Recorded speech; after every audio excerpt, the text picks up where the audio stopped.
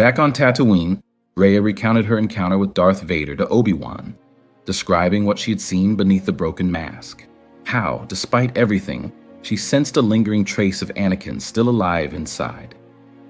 Obi-Wan listened quietly, his face shadowed with sorrow. He told her that Padmé had said the same, with her dying breath. And then he revealed something Rey hadn't known. When he had gone searching for Leia years ago, he had faced Vader himself, and in that moment, he had believed Anakin was truly lost forever. Rey's encounter only deepened Obi-Wan's worry. With Vader aware that she was alive, it was far too dangerous for her to remain near Luke. If Vader ever came to Tatooine, drawn by the bond between siblings, the boy could be discovered. For Luke's safety, Obi-Wan urged her to leave. Rey refused. Tatooine had become her vigil, and Luke, her responsibility. She couldn't walk away from him, not now. One early morning, Raya spotted movement in the distance, a familiar droid, R2-D2, slipping away from the Lars homestead. Moments later, Luke emerged, visibly agitated, with another familiar companion, C-3PO, close behind, and hurried after the droid. Something felt off. Raya instinctively followed, keeping to the shadows, uncertain of what was unfolding, but knowing in her gut that it would change everything. Raya followed Luke across the dunes, keeping her presence hidden as he tracked the droids deeper into the desert. The twin suns beat down hard, and the wind whispered across the sand, carrying with it a tension she couldn't quite name. Then she saw them, Tusken Raiders, emerging from behind a ridge. Luke didn't see them in time. One of the raiders let out a shrill cry and charged. Luke barely had a moment to react before he was struck and thrown to the ground. The others circled quickly, rough and aggressive, ready to finish what they'd started. Raya acted without hesitation. She leapt into the fray, lightsaber snapping to life in a flash of blue. The raiders faltered at the sudden appearance of the Jedi weapon, but it was too late. Raya moved with precision, blocking, disarming, and driving them back with swift, controlled strikes. Her presence was a storm breaking through the desert stillness. Just as the last raider fled into the canyons, a familiar howl echoed through the cliffs. Obi-Wan emerged from the rocks, raising his arms to signal peace. The remaining tension dissolved, and he hurried to Luke's side, checking his injuries. "He's unconscious," Obi-Wan said, glancing up at Raya. "But he'll be all right." Together, they lifted Luke and carried him across the desert to Obi-Wan's small home. Inside, Raya watched silently as Obi-Wan tended to the boy, while the droid stood nearby, clearly agitated. Only once Luke was resting comfortably did Obi-Wan finally inspect the droids more closely. R2-D2 projected a flickering hologram, Princess Leia Organa pleading for help. Raya and Obi-Wan exchanged a look. Neither said it aloud, but they both knew. The galaxy was changing, and the Skywalkers, once again, stood at the heart of it. The message signaled the beginning of significant change in the galaxy. Obi-Wan prepared to leave with Luke. Raya insisted on joining them. Obi-Wan was hesitant, concerned about the risks to Luke, but he eventually agreed, acknowledging that Luke might need both of them. The three of them traveled together aboard the Millennium Falcon, but as fate would have it, their course was cut short when the ship was caught in the grip of the Death Star's tractor beam.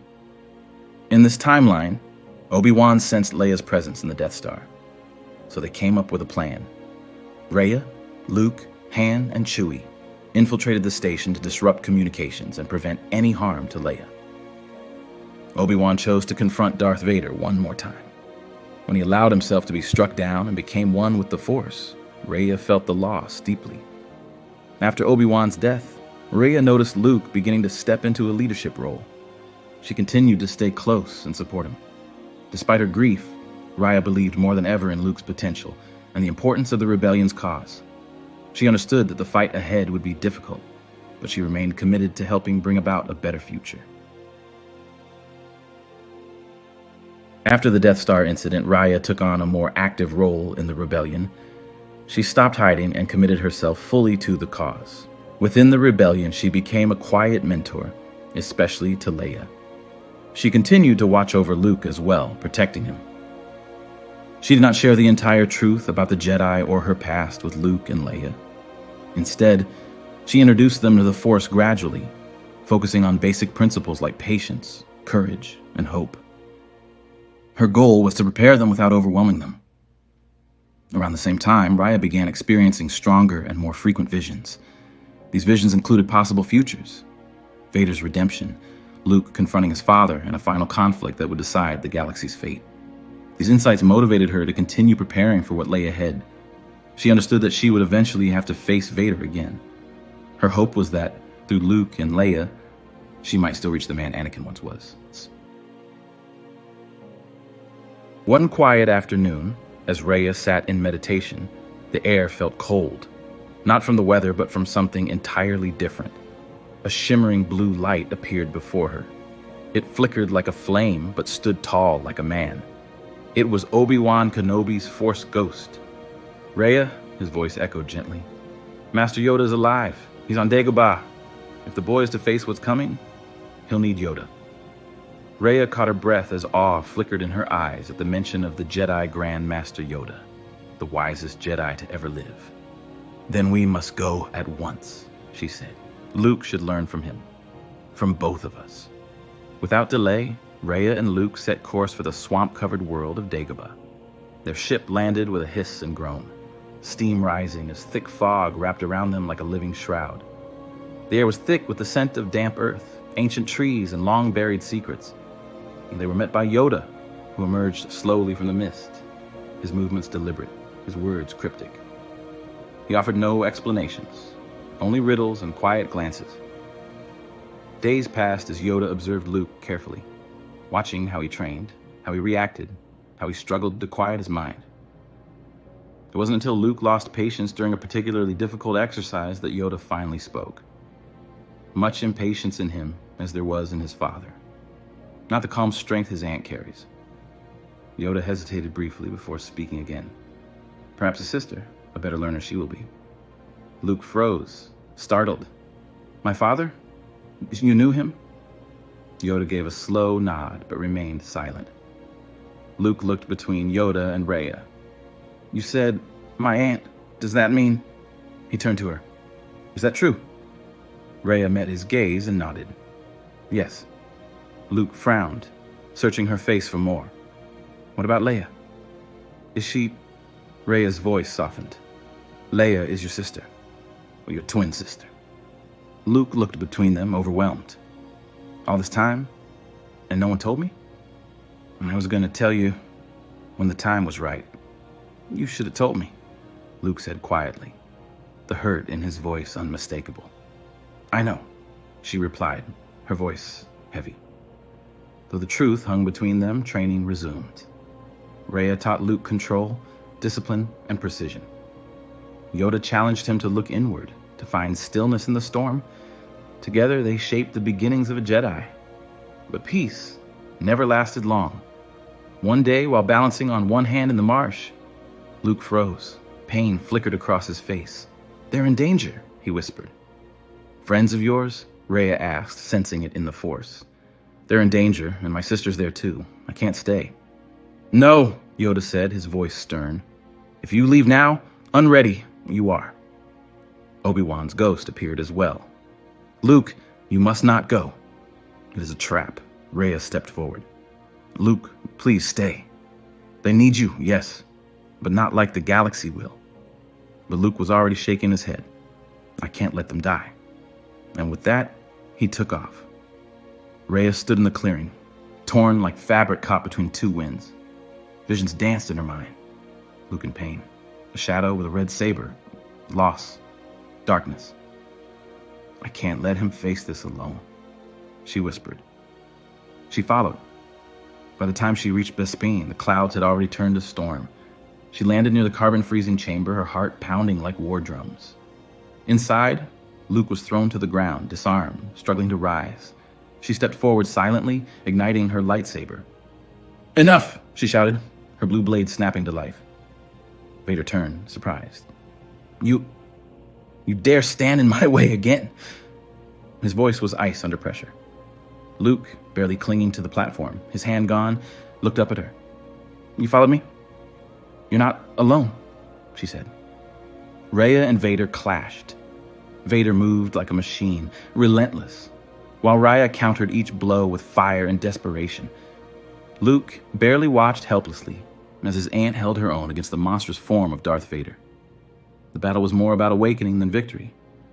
Raya was pushed back, exhausted. Vader's strikes found resistance in her words as much as her blade. "You were my brother," she gasped as they locked sabers. "You were Anakin Skywalker?" Vader snarled. "That name means nothing to me." She hesitated, breathless. Vader struck, driving her to her knees. Her lightsaber clattered away, flickering out. Vader stood over her, saber poised, ready to deliver the final blow. She looked up into that black mask, and she spoke. Her voice was calm, but trembling. "Then why does it haunt you every time I say it?" Vader hesitated. She pressed on, voice louder now, fierce. "You abandoned everything.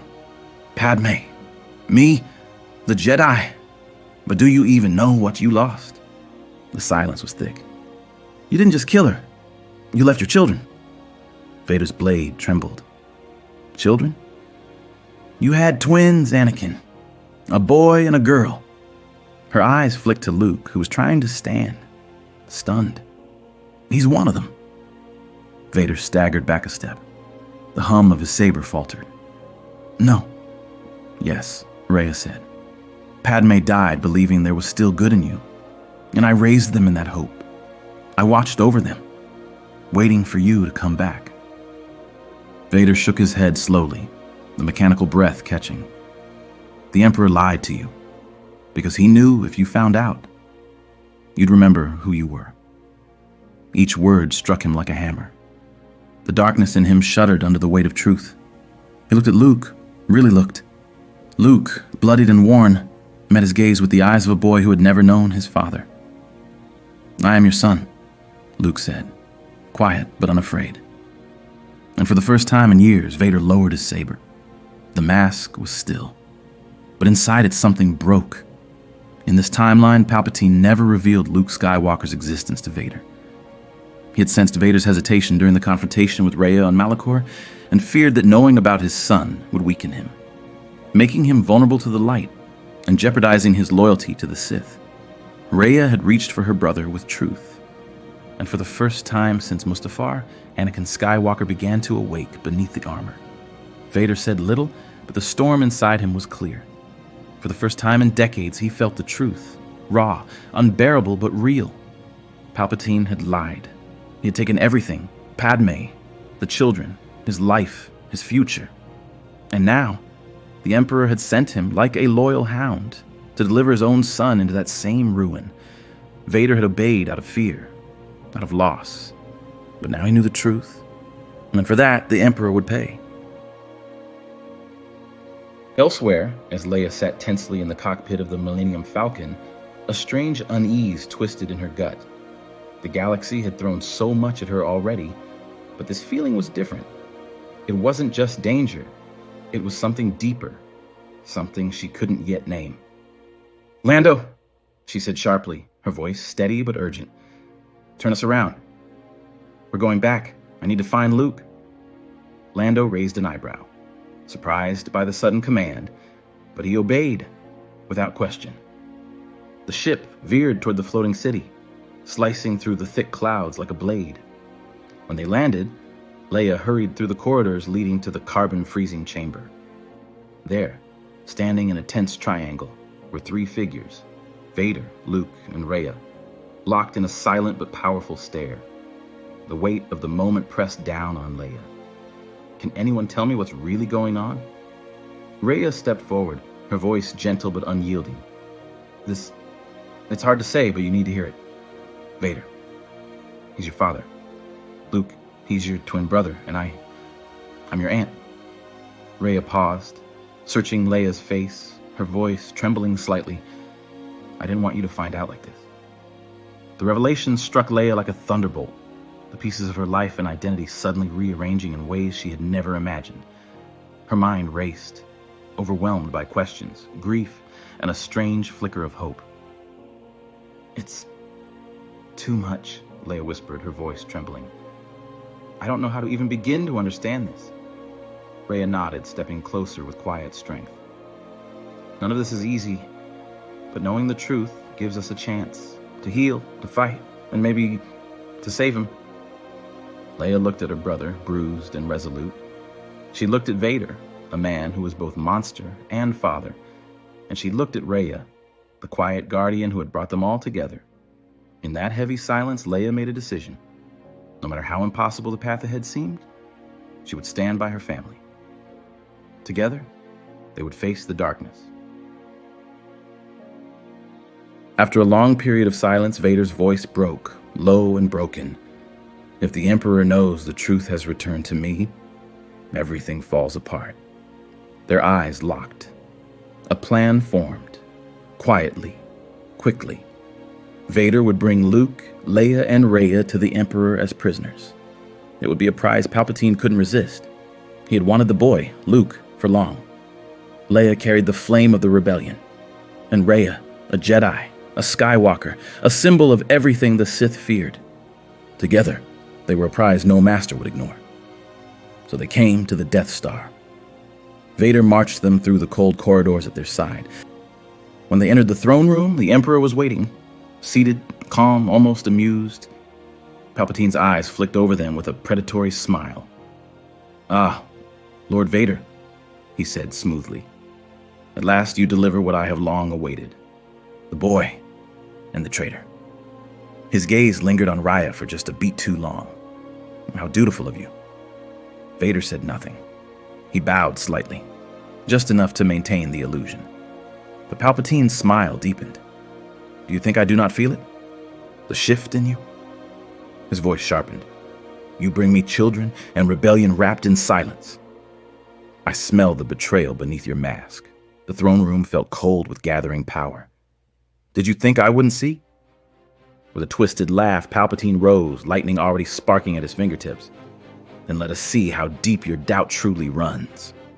He unleashed his fury, raw, unrelenting, striking Luke, then Rhea, then all at once.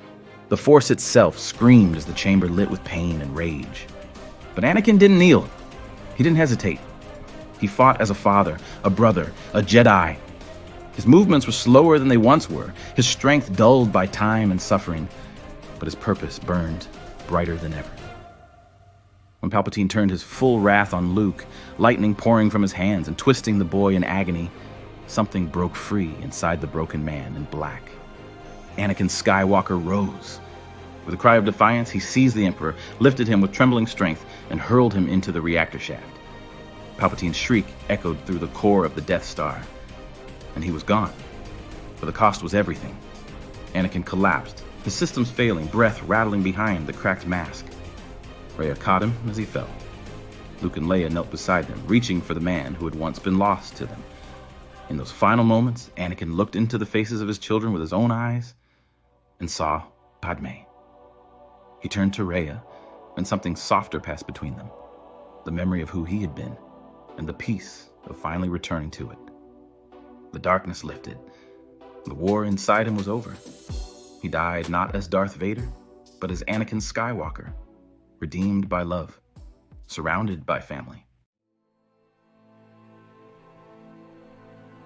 Years after the final battle, the galaxy had begun to recover. Rhea returned to Mustafar, the planet where her brother Anakin had fallen and where Vader's fortress once stood. The area was now in ruins, with ash and lava overtaking the land. She stood at the site, reflecting on the past. The place held strong memories of Anakin before he became Darth Vader. Rhea took the journal from her pack. It contained her written account of Anakin's life, including both the good and the bad. She placed it at the entrance of the ruined fortress as a memorial to him. She spoke softly at the site. Her words were directed not to Vader, but to the Anakin she had once known. She spoke of belief, forgiveness, and the hope continued by his children, Luke and Leia. Afterwards, she left the ruins and returned to her ship, feeling lighter.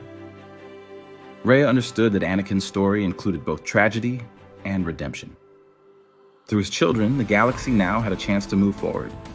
She left Mustafar prepared to face whatever came next, committed to continuing the effort to bring balance to the Force,